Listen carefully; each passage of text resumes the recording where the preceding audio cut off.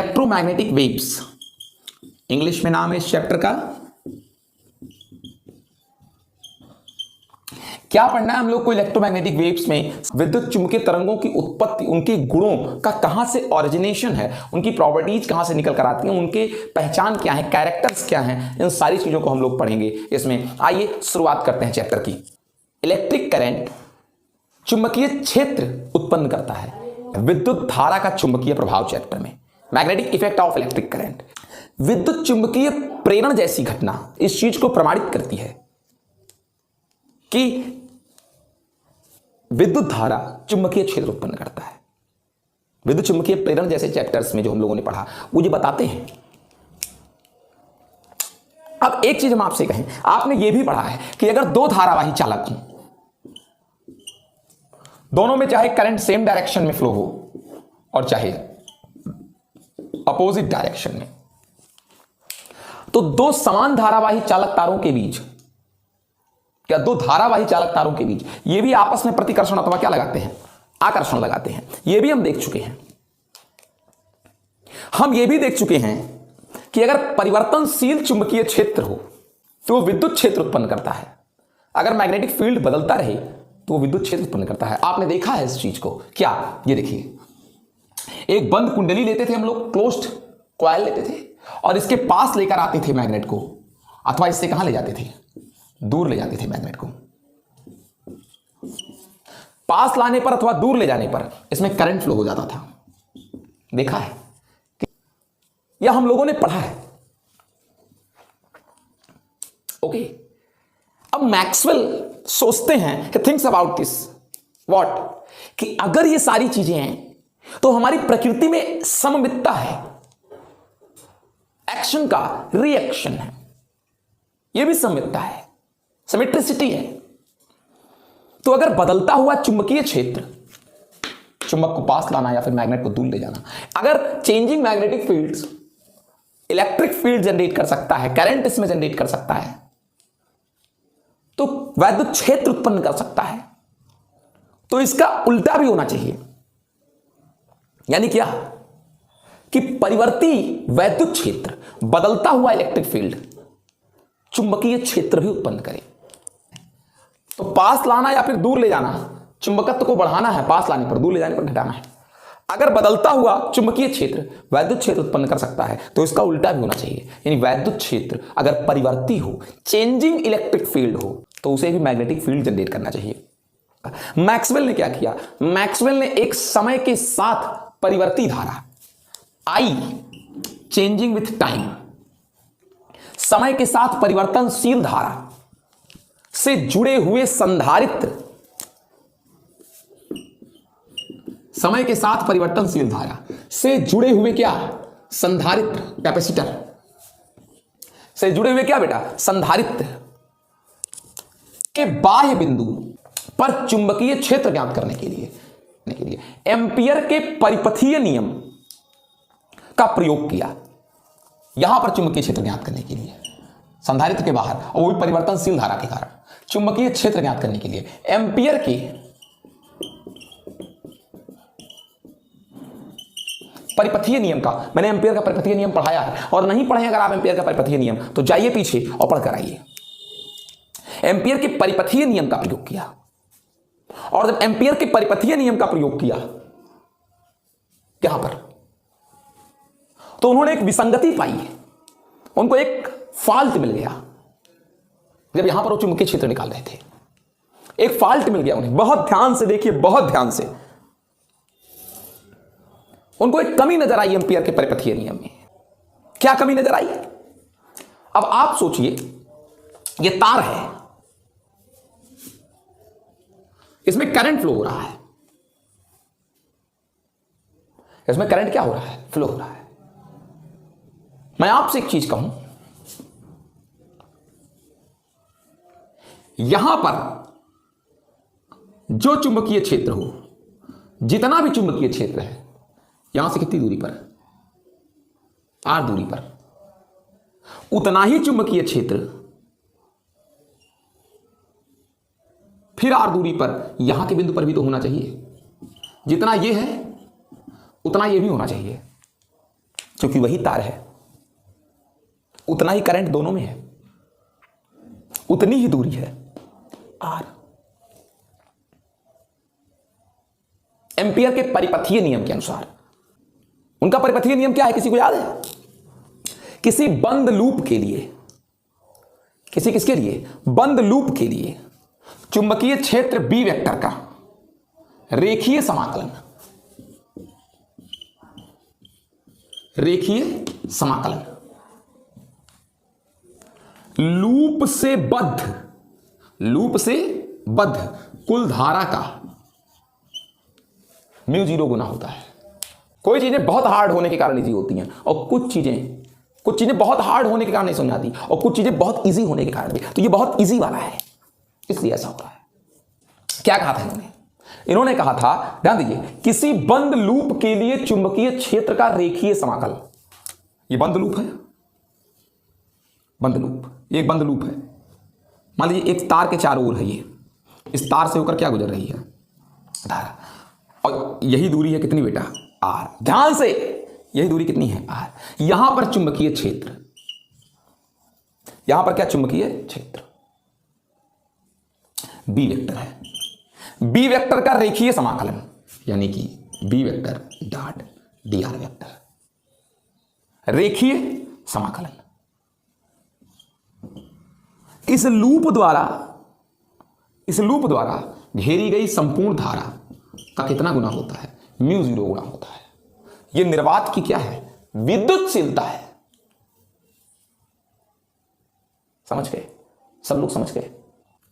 यह लूप है, ये इस कलम में धारा बह रही है, नीचे से प्रवेश कर रही धारा, ऊपर से निकल रही बाहर। तो इस बंद लूप के लिए चुंबकीय क्षेत्र, आपको पता है चुंबकीय क्षेत्र की दिशा कैसे निकालते हैं? ऐसे, दाएं हाथ से अंगूठा धारा की दिशा, और अंगुलियां उस बिंदु की ओर संकेत करें जहां पर क्या निकालना है? चुंबकीय क्षेत्र। तो हथेली से धक्का देने की दिशा में चुंबकीय क्षेत्र की दिशा, तो ये यहां निकालना है, तो इस बिंदु की ओर संकेत करें, धक्का इधर ही दोगे, तो ये स्पर्शी की दिशा में चुंबकीय क्षेत्र होगा।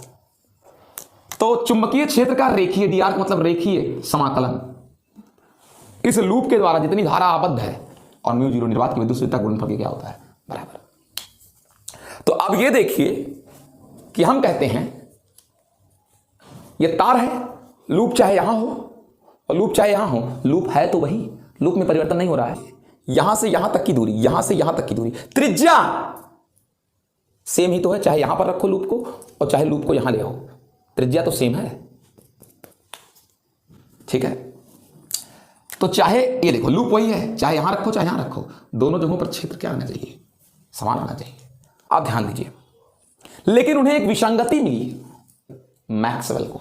लास्ट बार कह रहा हूं, ये है तार, इसमें बह रही है धारा, ये एक लूप, अगर इसको लगाएं तो यहां पर चुंबकीय क्षेत्र और यहां पर चुंबकीय क्षेत्र दो, अगर लूप ये त्रिज्या सेम है तो दोनों जगह चुंबकीय क्षेत्र भी क्या मिलना चाहिए? सेम मिलना चाहिए। लेकिन जब मैक्सवेल ने समय के अनुसार चेंज होने वाले करंट के कारण संधारित्र के बाहर यहां पर चुंबकीय क्षेत्र निकाला और फिर जब यहां पर चुंबकीय क्षेत्र निकाला, दोनों लूप समान आकार के, जो आकार इसका वही आकार इसका, जब दोनों जगहों पर चुंबकीय क्षेत्र निकाला तो बराबर नहीं आया, यही विसंगति मिली। क्या कह रहे हैं? संधारित्र के बाहर एक बिंदु और संधारित्र के अंदर एक बिंदु, दोनों पर चुंबकीय क्षेत्र समान नहीं मिला। मैं भी दिखाऊंगा इसको आपको, यह विसंगति थी, ऐसा नहीं होना चाहिए। तार के लिए भले बीच में संधारित्र आ गया है, क्या हुआ? संधारित्र आ गया तो क्या हुआ? इन दोनों जगहों पर चुंबकीय क्षेत्र समान होना चाहिए, लेकिन ऐसा नहीं हुआ, तो कहीं कुछ कमी है रूल में। किसके रूल में? एम्पियर के परिपथीय नियम के। और इस विसंगति को दूर करने के लिए उन्होंने सुझाव दिया कि एक अतिरिक्त धारा लेकर आइए। यहां तो एक धारा बह रही है यहां, लेकिन संधारित्र के अंदर ये देखिए, ये प्लस और ये माइनस होता है, आपको पता है, दोनों प्लेटों पर एक पर प्लस एक पर माइनस। एक, अब यहां तो कोई धारा नहीं है, यहां तो कोई क्या नहीं है? धारा नहीं है। अंदर होता है कोई धारा? क्या संधारित्र के अंदर आवेश होता है बेटा, धारा नहीं होती, लेकिन यहां पर धारा है। यही मूल कारण था, यही मौलिक कारण था। This is the fundamental reason due to which Here is magnetic field other and here is magnetic field other. Find out who? Maxwell. यहां अलग चुंबकीय क्षेत्र आ रहा था. एक्चुअली यहां धारा ही नहीं थी, और जब धारा ही नहीं थी तो चुंबकीय क्षेत्र कितना आएगा? 0. क्योंकि धारा नहीं है तो चुंबकीय क्षेत्र नहीं होगा. ऐसा तब तक माना जाता था एम्पियर के अनुसार, अदर लोग के अनुसार, फैराडे के अनुसार, कि धारा के कारण क्या उत्पन्न होता है? चुंबकीय क्षेत्र. गतिमान आवेश के कारण चुंबकीय क्षेत्र होता है. और यहां तो है ही नहीं ऐसा कुछ. अंदर तो कोई गतिमान आवेश है ही नहीं. अंदर तो कोई गतिमान आवेश नहीं है, अंदर धारा नहीं है, इस कारण अंदर कोई चुंबकीय क्षेत्र नहीं आ रहा था. शून्य आ रहा था चुंबकीय क्षेत्र अंदर, एम्पियर के परिपथीय नियम से. लेकिन मैक्सवेल ने कहा ऐसा कैसे हो सकता है, ये विरोध है. एम्पियर अपने तथ्य का विरोध कर रहे हैं. आखिर एम्पियर ने जो नियम दिया वो तो पूरे तार के लिए दिया ना, चाहे हम यहां निकालें और चाहे हम यहां निकालें. दोनों जगह में से कहीं भी निकालें चुंबकीय क्षेत्र समान आना चाहिए. यहां निकालें चुंबकीय क्षेत्र, चाहे यहां समान आना चाहिए चुंबकीय क्षेत्र, लेकिन नहीं आ रहा था. ये विरोधाभास था. दोनों बिंदु पर समान आना चाहिए था. क्यों? लूप तो एक ही है, स्थान बदलने से क्या होता है? परिपथ तो एक ही है, एक ही परिपथ तो था. संधारित्र लगाए तो क्या हुआ? संधारित्र ने अपने समायोजन को यहां सफल किया. यहां 50 एम्पियर दिए तो यहां पर भी तो 50 एम्पियर, मतलब इसके अंदर जो कुछ भी हो रहा है वो 50 एम्पियर के तुल्य ही तो हो रहा है. चुंबकीय क्षेत्र समान आना चाहिए, लेकिन नहीं आया. यही विसंगति लगी मैक्सवेल को. तो मैक्सवेल ने सुझाव दिया कि एक और प्रकार की धारा होनी चाहिए, जिसको उन्होंने विस्थापन धारा कहा, डिस्प्लेसमेंट करंट नाम दिया. अभी मैं आपको डिटेल में दिखाऊंगा डिस्प्लेसमेंट करंट. उसके पहले आपको कुछ और बता दें कि मैक्सवेल ने केवल यही इतनी बात नहीं, मैक्सवेल ने विद्युत और चुंबकीय क्षेत्र और इनके स्रोत, कि कहां से विद्युत क्षेत्र आया, कहां से चुंबकीय क्षेत्र आया, ध्यान दीजिएगा, आवेश, धारा घनत्व, इन सबको एक साथ मिला दिया. विद्युत क्षेत्र, चुंबकीय क्षेत्र, इनके स्रोत, आवेश और धारा घनत्व, इन सबको सम्मिलित कर दिया और एक समीकरण का निर्माण किया जिसको मैक्सवेल समीकरण कहते हैं. और अगर इस मैक्सवेल समीकरण में लॉरेंज बल को मिला दो तो विद्युत चुंबकत्व के सभी आधारभूत नियम उत्पन्न हो जाते हैं. अब आइए हम लोग पढ़ते हैं विस्थापन धारा. अगर आपको ये बात जितना मैंने किया यहां पर ना समझ में आया हो तो बार बार इस चीज को देखिए, आप इस वीडियो को 50 बार देखिए, समझ में आ जाएगा. मान लीजिए ये एक तार है बेटा, इसमें धारा आई बह रही है, ये लूप है. ये कौन है? लूप है. ये लूप है, ठीक है ना. और तो कहते क्या चीज है? किसी बंद लूप के लिए मान लीजिए यहां पर चुंबकीय क्षेत्र बी वेक्टर, ठीक है, और चुंबकीय क्षेत्र की दिशा आपको पता करनी है. ऐसे क्या कहते हैं? अंगूठा किसकी दिशा? धारा की दिशा. आप देखें धारा कहां है? ऊपर. तो अंगूठा धारा की दिशा, धारा ऊपर है. और ये देखिए अंगुलियां उस बिंदु की ओर संकेत करें जहां चुंबकीय क्षेत्र निकालना है. चुंबकीय क्षेत्र यहां निकालना है, मुझे यहां निकालना है. चुंबकीय क्षेत्र की दिशा यहां निकालनी है. तो ये अंगुलियां वहीं संकेत कर रही हैं, इसी बिंदु की ओर संकेत कर रही है अंगुलियां, इसी बिंदु की ओर. तो हथेली से धक्का देने की दिशा में, धक्का देने की दिशा में, धक्का देने की दिशा में चुंबकीय क्षेत्र होगा. यही है चुंबकीय क्षेत्र की दिशा. तो मान लीजिए छोटी सी दूरी यहां पर, ये छोटी सी दूरी dr वेक्टर है. तो चुंबकीय क्षेत्र का रेखीय समाकल उस लूप द्वारा परिबद्ध संपूर्ण धारा का μ0 गुना होता है, जहां μ0 निर्वात की चुंबकशीलता है. विस्थापन धारा को समझने के लिए बेटा हम मान लेते हैं कोई संधारित्र है. हम लोग इसके आवेशन की प्रक्रिया पर विचार करेंगे. कैसे इसको आवेशित करते हैं? एक तार से जोड़ देते हैं, परिपथ है ये कोई बेटा, और जब तार से जोड़ देते हैं और इसमें जो धारा बह रही है वो समय के साथ परिवर्तनशील है. जैसे जैसे समय बदलता है धारा भी क्या हो रही है? बदल रही है. ठीक है. हम करते क्या है, इस संधारित्र के बाहर इस पी पर क्या ज्ञात करेंगे? चुंबकीय क्षेत्र. इसके लिए हम एम्पियर के किसका नियम का प्रयोग करेंगे? परिपथीय नियम का. जैसे यहां पर चुंबकीय क्षेत्र ज्ञात किया है, वैसे ये पी हमारा तार के समीप है, तार के समीप, यहां संधारित्र के बाहर यहां पर चुंबकीय क्षेत्र ज्ञात करें. सबसे पहले हम क्या करेंगे बेटा?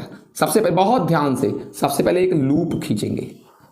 मैं मान लेता हूं इस लूप की, ये जो बिंदु P है वो इस लूप की परिधि पर है, और इस लूप का केंद्र इस किस पर है? देख लो, ये लूप का केंद्र इस तार पर है. लूप का केंद्र C इसी किस पर है? तार पर है. इसकी दूरी यहां से कितनी है? R है.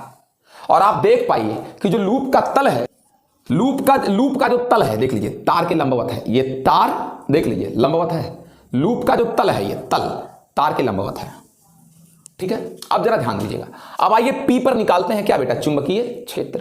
तो अब बहुत आसान है ये भी, ये देखिए इस धारा कलम की दिशा में है, अंगूठा धारा की दिशा ऐसे बेटा, और अंगुलियां उस बिंदु की ओर संकेत करें, यहां पर है पी, यहीं पर पी है, अंगुलियां उस बिंदु की ओर संकेत करें जहां चुंबकीय क्षेत्र की दिशा ज्ञात करनी है। तो धक्का देने की दिशा चुंबकीय क्षेत्र की दिशा, यानी चुंबकीय क्षेत्र की दिशा इधर होगी, ए इधर की ओर, लूप ऐसे है बेटा। तो मैं मान लेता हूं बी वेक्टर ऐसे, ये सामने की ओर है बेटा, ऐसे है ऐसे, और ये छोटा सा खंड ऐसे, छोटा सा खंड ऐसे यहां पर है, छोटा सा खंड कितना, डी आर वेक्टर। ठीक है, तो लिखते क्या चीज है इसको, बहुत आप ध्यान से देखिएगा, B vector dot D R vector बराबर म्यू जीरो आई। ये चीज आ गया बेटा, सबको समझ में आए। अब देखिए म्यू जीरो आई बी वेक्टर, अब इसका रेखीय समाकल है ये संपूर्ण परिपथ के लिए। अब देख लीजिए बी डी आर, या इसको डी आर ना लिख करके त्रिज्या को आर से दिखाया तो इसको डीएल लिख दो। इसको क्या लिख दो बेटा, डीएल, इसको डीएल लिख दो, ये इस छोटी सी लंबाई को डीएल, इस छोटी सी लंबाई को डीएल लिख दो। बी डीएल कास कितना डिग्री, 0 डिग्री।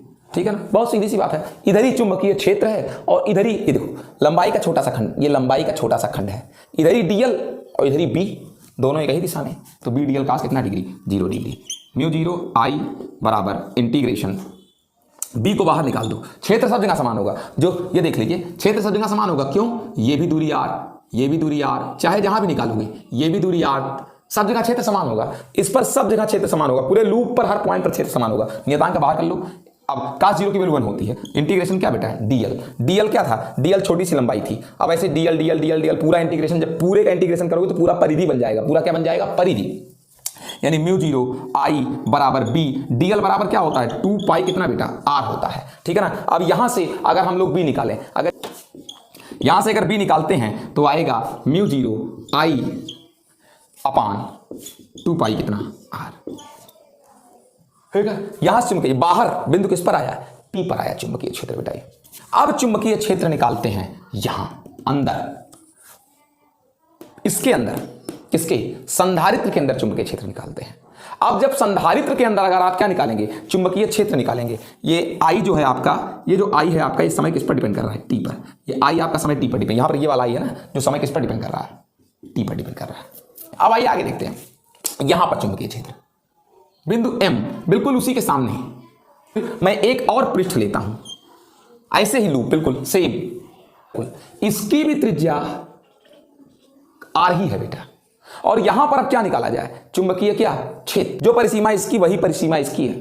इसको S1 कह देते हैं और इसको क्या कह देते हैं, S2 कह देते हैं। यहीं से डायरेक्ट देख लो, यहीं से डायरेक्ट देख लो, यहीं से इसको एक बनाओ। आइए देखो, from first mu zero I T, सोचने की बात है, अंदर बी ऐसे ही लिखो, 2 पाई आर लिख दो, ऐसे ही लिखो, बी लिखो अभी 2 पाई आर लिखो, लेकिन अंदर कोई धारा नहीं है, करंट नहीं है कोई अंदर कोई करंट नहीं है। तो अगर करंट 0 हो गया तो म्यू जीरो इंटू आई बराबर भी कितना आ जाएगा, 0, और यहां से बी बराबर कितना आ जाएगा, 0 आ जाएगा। इसको 2 मान लीजिए। क्या निष्कर्ष निकला कि बाहर संधारित्र की तीव्रता इतनी है, चुंबकीय क्षेत्र की तीव्रता, और संधारित्र के अंदर क्षेत्र कितना आ गया, 0 आ गया। अब एक विरोधाभास है एम्पियर के परिपथीय नियम के लिए, या तो ये सही है या तो ये सही है, दोनों नहीं सही हो सकता।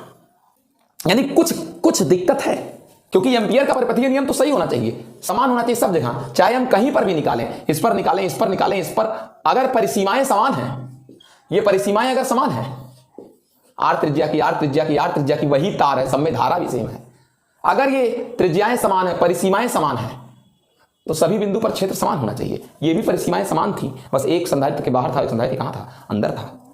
तो दोनों बिंदुओं पर जितना पी पर क्षेत्र हो उतने किस पर होना चाहिए, एम पर होना चाहिए। लेकिन यहां दोनों बिंदुओं पर क्षेत्र क्या नहीं है, समान नहीं है, कुछ कमी है। इसका मतलब एम्पियर के परिपथीय नियम में कुछ कमी है, क्योंकि यम पर उतना क्षेत्र नहीं है चुंबकत्व का जितना किस पर है, पी पर है। और दोनों पर क्या होना चाहिए, समान होना चाहिए। तो ऐसा क्यों हुआ? एम्पियर के परिपथीय नियम को लगाने पर ऐसा क्यों हुआ? यानी एम्पियर के परिपथीय नियम में कुछ ऐसा है जो कमी है, कुछ छूट गया है एम्पियर के परिपथीय नियम में। हार्ड लग रहा होगा आपको, टॉपिक हार्ड नहीं है, समझें। अगर इस बात को समझते हैं तो फिर इसको आपको समझना चाहिए।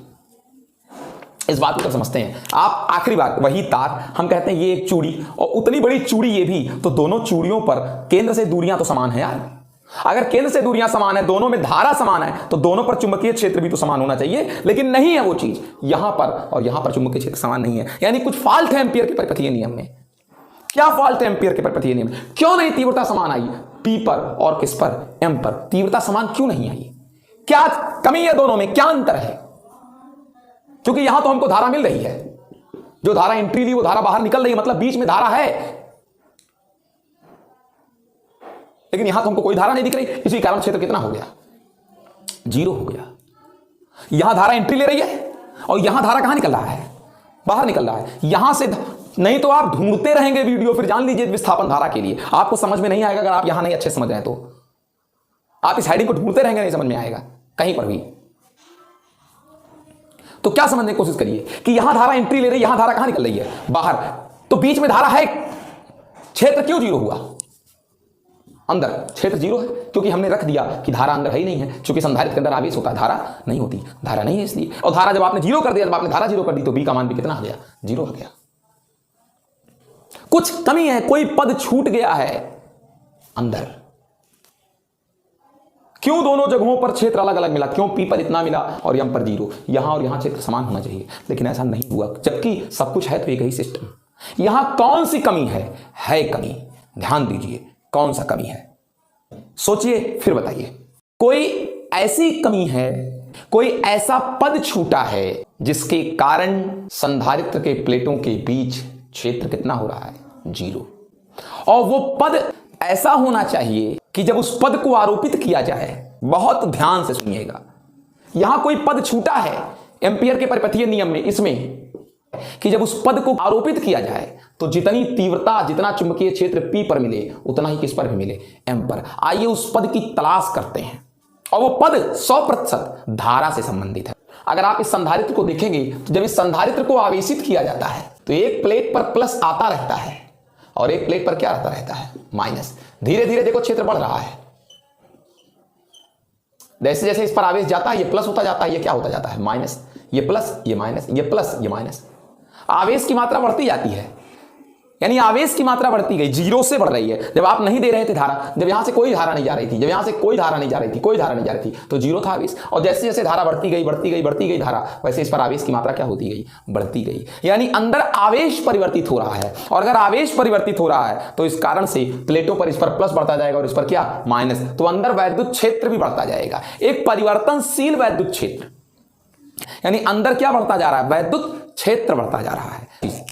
अगर मैं मान लूं कि किसी क्षण आवेश कितना है? Q। इन प्लेटों पर आवेश कितना है बेटा? Q है, और इसका क्षेत्रफल कितना है? A है इन प्लेटों का। तो अंदर वैद्युत क्षेत्र E बराबर, अंदर इसी बिंदु पर, M बिंदु पर वैद्युत क्षेत्र सिग्मा बटे एप्सिलॉन 0। पता है कि नहीं पता है? सिग्मा क्या है? Q बाई A, यही सिग्मा है, Q बाई A। सिग्मा बराबर Q बाई क्या? A। ये अंदर वैद्युत क्षेत्र है, तो यहां से E बराबर, आप सिग्मा बराबर रख सकते हो Q अपान क्या बेटा? A upon epsilon 0। E is equal to Q upon epsilon 0 A। अंदर ये जो पृष्ठ है, ये जो अंदर पृष्ठ कौन है बेटा? S2, कि जो क्षेत्रफल S2 का है A, वही क्षेत्रफल संधारित्र का भी है A। दोनों क्षेत्रफल अगर क्या है? समान है, तो गौर करिए। तो इस S2, इसका क्षेत्रफल A है, से गुजरने वाला फ्लक्स E डॉट क्या होता है? A। E Q by epsilon 0 A multi A cut जाएगा, तो Q बराबर एप्सिलॉन 0 इंटू क्या बेटा? Phi E। Q बराबर एप्सिलॉन 0 इंटू क्या आ गया? फाई E आ गया। अब उसके बाद क्या कहे? जब आप इन प्लेटों को आवेशित कर रहे थे, जब संधारित्र का आवेशन हो रहा था, चार्ज दे रहे थे संधारित्र को, जैसे जैसे इस संधारित्र की प्लेट पर आवेश की मात्रा बढ़ती जा रही थी, तो आवेश परिवर्तित हो रहा था। तब भी इसके अंदर तो परिवर्ती आवेश के कारण परिवर्ती वैद्युत क्षेत्र, तो ये जो आवेश अंदर जा रहा है, धीरे धीरे बढ़ रहा है। इधर इस पर आवेश गया तो इस पर प्लस बढ़ा, फिर इधर से निकला इधर से आवेश निकल गया, ये धनावेश इस पर आया तो ये प्लस, इससे धनावेश निकल गया, ऐसे ही तो ये माइनस हो गया। जो परिवर्ती वैद्युत क्षेत्र है इसके कारण अंदर एक अन्य प्रकार की धारा है, एक अन्य प्रकार की धारा है। उसी धारा को मैक्सवेल ने विस्थापन धारा कहा, जो इसके कहां है, अंदर है। मैंने आपसे कहा था कि कोई कमी है, वो कमी किससे संबंधित है, धारा से संबंधित है, जिसको एम्पियर ने कितना अंदर कह रखा था, 0, तभी तो बी कितना आ गया था, 0 आ गया था। और यहां पर इन्होंने कहा, किसने, मैक्सवेल ने, कि भैया अंदर क्या परिवर्तित हो रहा है, आवेशन के साथ साथ आवेश परिवर्तित हो रहा है, आवेश परिवर्तित हो रहा है तो वैद्युत क्षेत्र भी परिवर्तित हो रहा है। इस परिवर्ती वैद्युत क्षेत्र के कारण एक अन्य धारा आ गई। कैसे निकलेगी वो धारा, देखो जब अंदर आवेश की मात्रा परिवर्तित हो रही है धीरे धीरे, dq आवेश परिवर्तित हो रहा है, dq आवेश परिवर्तित हो रहा है। अंदर थोड़ा आवेश था पहले dq, और आवेश बढ़ गया dq और बढ़ गया, तो इस तरीके से dq बाई क्या, dt से एक अन्य धारा पैदा हुई। वो संधारित्र के कहां, अंदर, बाहर नहीं, संधारित्र के कहां, अंदर एक धारा पैदा हो गई, इसको डिस्प्लेसमेंट करंट कहते हैं। अंदर वो और जो एक धारा होगी वो कौन होगी, यहां रखिए, ID बराबर dt Q बराबर एप्सिलॉन 0 इंटू फाई, ID बराबर एप्सिलॉन 0 कहां निकल रही है, बाहर, d फाई e अपान dt। ये है वो धारा जो संधारित्र के कहां है, अंदर है। यानी एम्पियर के परिपथीय नियम का ये वो छूटा हुआ पद है। अब इस पद का प्रयोग कर लेंगे, अभी दिखाऊंगा मैं, इस तरीके से प्रयोग करूंगा इस धारा को कि अब जितना चुंबकीय क्षेत्र P पर मिलेगा उतने चुंबकीय क्षेत्र किस पर मिलेगा, M पर मिलेगा। कुछ बातें आप हमारी ध्यान से क्या सुनेंगे, आवेशों के प्रवाह के कारण इस तार में जो धारा है वो चालन धारा है।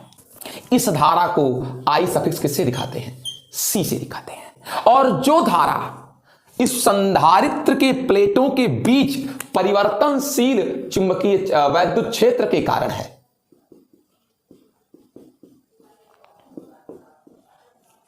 उसे विस्थापन धारा कहते हैं, या उसी को विस्थापनीय धारा कहते हैं। ठीक है, इसे दिखाते हैं I सफिक्स किससे, D से। यानी कि जो धारा यहां है वो IC, और जो धारा इसके अंदर है वो I क्या थी, D थी। यही वो पद था ID, ये जो निकल कर आया, जो छूट गया था एम्पियर के परिपथीय नियम में। तो इस प्रकार से क्या निकल कर आया कि चुंबकीय क्षेत्र यहां पर 0 आया था, कहां पर, संधारित्र के प्लेटों के बीच में, क्योंकि कोई धारा ही नहीं थी अंदर। तो कौन सी धारा नहीं थी, ये चालन धारा नहीं थी, IC नहीं था, इस कारण से क्षेत्र नहीं मिल रहा था। लेकिन अब निकल तो आई धारा, विस्थापन धारा, यानी प्लेटों के बीच भी एक धारा है, वो बदलते हुए वैद्युत क्षेत्र के कारण है। और इस विस्थापन धारा के कारण भी अंदर क्या होगा, चुंबकीय क्षेत्र होगा। यानी कि गतिमान आवेश के कारण, गतिक आवेश के कारण, प्रवाहित आवेश के कारण, चलते हुए आवेश के कारण चुंबकीय क्षेत्र P पर था। यानी यहां पर जो चुंबकीय क्षेत्र है वो गतिमान आवेश के कारण है, और अंदर जो चुंबकीय क्षेत्र है वो गतिमान आवेश के कारण नहीं है, वो बदलते हुए वैद्युत क्षेत्र के कारण है। और उस धारा को बोलते हैं विस्थापन धारा, यानी चालन धारा गतिमान आवेश के कारण, और यानी चालन धारा गतिमान आवेश के कारण, और विस्थापन धारा परिवर्ती वैद्युत क्षेत्र के कारण। तो इससे एक निष्कर्ष निकल कर आया क्या, कि चुंबकीय क्षेत्र की उत्पत्ति का कारण केवल गतिमान आवेश नहीं है। बहुत बड़ी tag line, hit line, super hit line, very important line, कि चुंबकीय क्षेत्र की उत्पत्ति केवल गतिमान आवेशों से ही नहीं होती, चुंबकीय क्षेत्र की उत्पत्ति परिवर्ती वैद्युत क्षेत्र से भी होती है। यानी अपनी बात को मैक्सवेल सिद्ध कर ले गए, और एम्पियर के परिपथीय नियम की कमी को भी, कि अगर बदलता हुआ चुंबकीय क्षेत्र, अगर परिवर्तनशील चुंबकीय क्षेत्र वैद्युत क्षेत्र उत्पन्न कर सकता है, तो बदलता हुआ वैद्युत क्षेत्र क्या उत्पन्न कर सकता है, चुंबकीय क्षेत्र। जैसा कि अंदर है, अंदर आप निडिल रखकर देख लीजिए चुंबकीय सुई को, सुई घूम जाएगी, और जो चुंबकीय क्षेत्र की दिशा अंदर होगी वही चुंबकीय क्षेत्र की दिशा यहां पर भी होगी, जो P पर होगी वही M पर होगी, जो परिमाण P पर होगा चुंबकीय क्षेत्र का वही परिमाण M पर। जितना चुंबकीय क्षेत्र P पर होगा उतने चुंबकीय क्षेत्र किस पर भी होगा, M पर भी होगा। एम्पियर के परिपथीय नियम में जो बात उन्होंने कही है, क्या, μ0 मल्टी I बराबर क्या, integral line integral E vector dot dl vector. तो ये I केवल चालन धारा नहीं है, ये I एक विशेष धारा है, ठीक है ना, कुल धारा है। इस I में दो लोग हैं, IC और प्लस कौन है बेटा, ID है। ठीक है ना, जहां आईसी चालन धारा कंडक्टिंग करंट और आईडी डिस्प्लेसमेंट करंट विस्थापन धारा को प्रदर्शित करती है।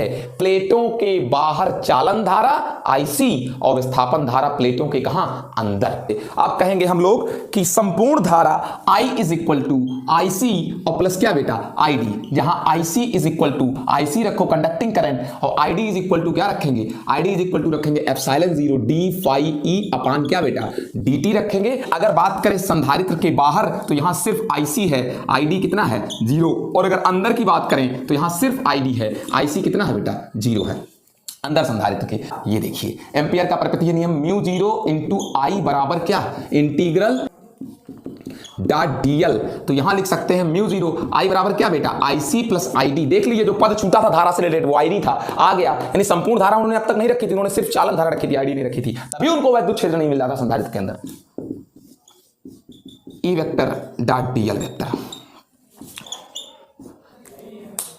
आईसी प्लस म्यू 0 आईडी बराबर रख दीजिए एप्सिलॉन 0 क्या, D phi E upon D T is equal to integral E vector dot DL vector.